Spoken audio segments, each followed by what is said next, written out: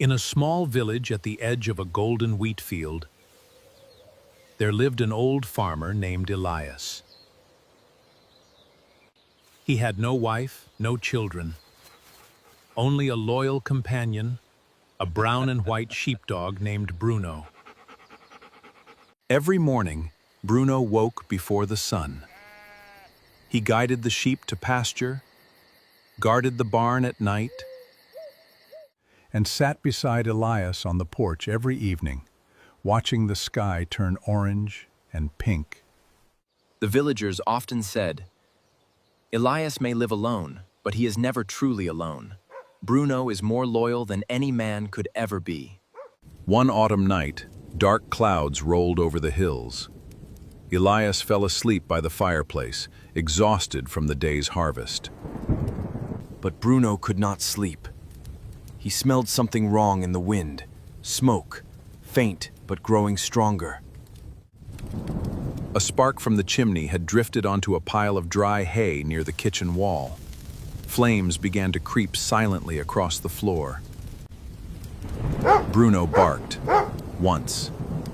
Twice. Elias did not wake. He was in a deep sleep. So Bruno ran to him, grabbed the edge of his sleeve with his teeth, and pulled with all his strength.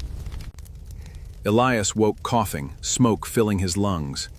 Confused and disoriented, he saw Bruno pulling him toward the door, barking urgently. Trusting his old friend completely, Elias crawled through the smoke, following Bruno's lead, until they burst out into the cool night air. Moments later, the roof of the cottage collapsed in flames. Elias sat on the wet grass, trembling, staring at the fire consuming his home of 30 years. But he was alive. He turned to Bruno, who stood beside him, singed but unharmed, and wrapped his arms around the dog's neck. "You saved my life. I owe you everything." News of Bruno's bravery spread through the village.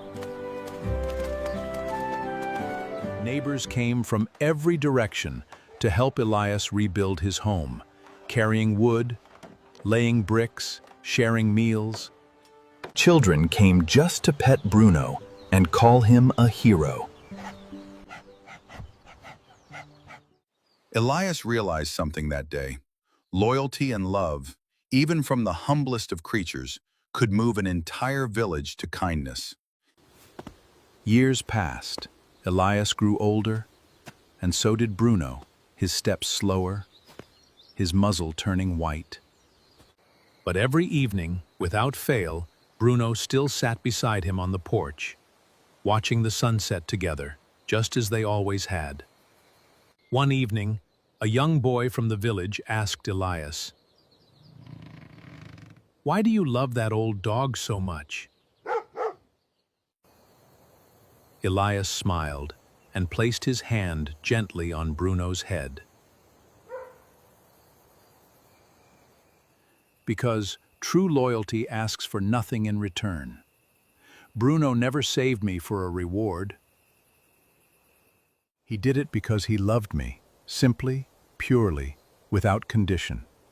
That is the greatest lesson any living being can teach us." True loyalty is not measured in words, but in the silent, selfless acts of love.